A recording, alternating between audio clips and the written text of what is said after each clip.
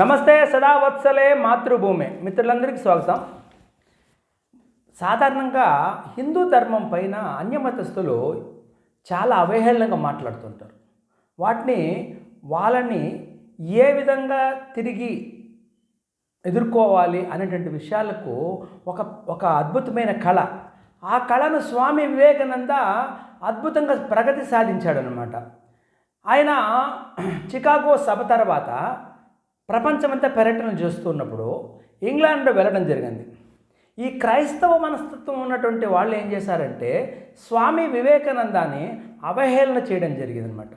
విషయాల గురించి నేను చెప్తాను. ఆయన ఏ విధంగా వాటిని వాళ్ళకి ప్రతిస్పందించాడనే విషయాలు మాట్లాడదాం. ఎందుకంటే ఇవి తెలుసుకోవాలా, మనము తెలుసుకొని ఈ విధమైనటువంటి పరిస్థితులు వస్తే మనం కూడా ఉపయోగించాలన్నమాట, మన తెలివిని ఉపయోగించాలి. ఒకసారి స్వామి వివేకానంద దగ్గరికి ఒక బ్రిటిషర్ వచ్చి, ఏందండి నువ్వు గుడ్డలంతా పైనుంచి కిందకి వేసేసి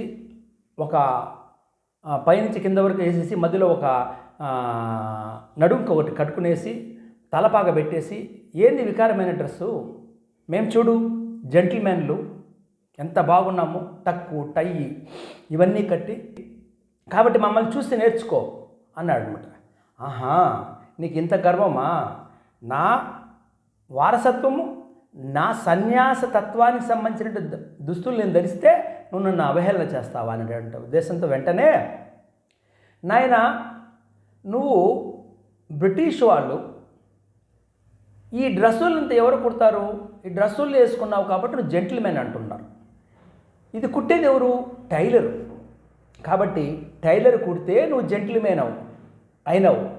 ఆ టక్కు టై అవన్నీ తీసిస్తే నువ్వే అంటున్నావు కదా జెంటిల్మెన్ కాదనేసి. కాబట్టి మా దేశంలో అలా కాదు, సన్యాసులకు విశేషమైన గౌరవం ఉందని చెప్పడం జరిగింది. ఇక రెండో విషయానికి వస్తే, ఒకసారి స్వామి వివేకానందాన్ని ఒక సభలో చాలామంది మెచ్చుకుంటున్నారు. ఇది ఆక్రోషం చెందినటువంటి పీటర్సన్ అనేటువంటి ఒక వ్యక్తి స్వామి దగ్గరికి వచ్చి అవహేళన చేయాలా అనడం జరిగిందన్నమాట, అని ప్రయత్నం చేస్తున్నాడు.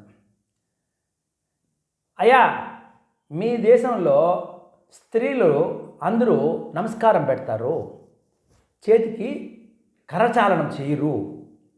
కాబట్టి మీరు ఒక వ్యక్తుల్ని అవమానం చేస్తున్నారు. మేము కరచాలనాన్ని చేయిస్తే మీరు నమస్కారం పెడుతున్నారు. కాబట్టి ఇది ఒక రకంగా ఇతర ప్రజలను అవమానం చేయడం అనేసి అందము భారతీయ హిందూ స్త్రీలను అవమానం చేసే ప్రయత్నం చేస్తే, అప్పుడు అంటాడు, అయ్యా మీరు మీ దేశ రాణి, అప్పుడు క్వీన్ ఎలిజబెత్ లేకపోతే విక్టోరియా ఎవరో ఉంటారు, ఆమెకి మీరు నేరుగా పోయి చేతికి కరచాలనం చేస్తారా చేతితో అని అడిగాడు.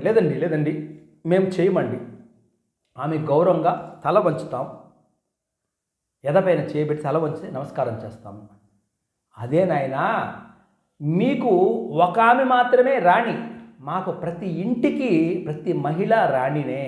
కాబట్టి మేమందరూ కూడా ప్రతి ఇంటి మహిళను రాణిగా చూస్తాం. కాబట్టి వచ్చిన మీరందరూ కూడా నమస్కారంతో ప్రతి నమస్కారం చేయాలా అని చెప్పడం జరిగింది.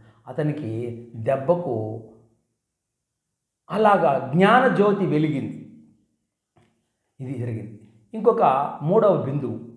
మిత్రులారా, నా వీడియో నచ్చినట్లయితే లైక్ చేయండి, షేర్ చేయండి, సబ్స్క్రైబ్ చేయండి. హిందూ జాతీయవాదం కోసం చేస్తున్న పోరాటంలో మీరందరూ సహకరించండి.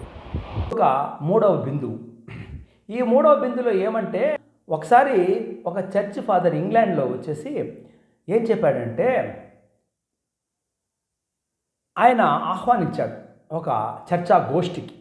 ఆడకు వచ్చిన తర్వాత అక్కడంతా కూడా ఇతన్ని అవమానం చేయాలి స్వామి వివేకానంద అనే ఉద్దేశంతో కింద భగవద్గీత పెట్టాడు, దానిపైన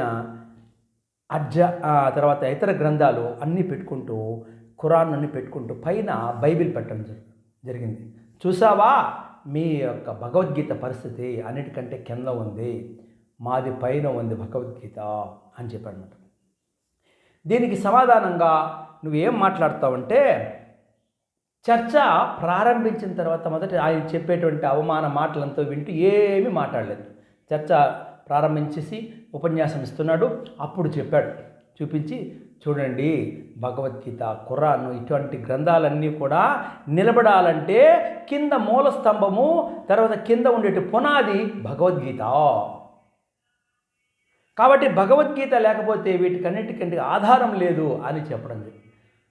సభలో ఉన్నటువంటి వందలాది మంది కరతాళ ధ్వనులతో స్వామి వివేకానందకి ఎంతో గౌరవంగా ఆయనని అభినందించడం జరిగింది.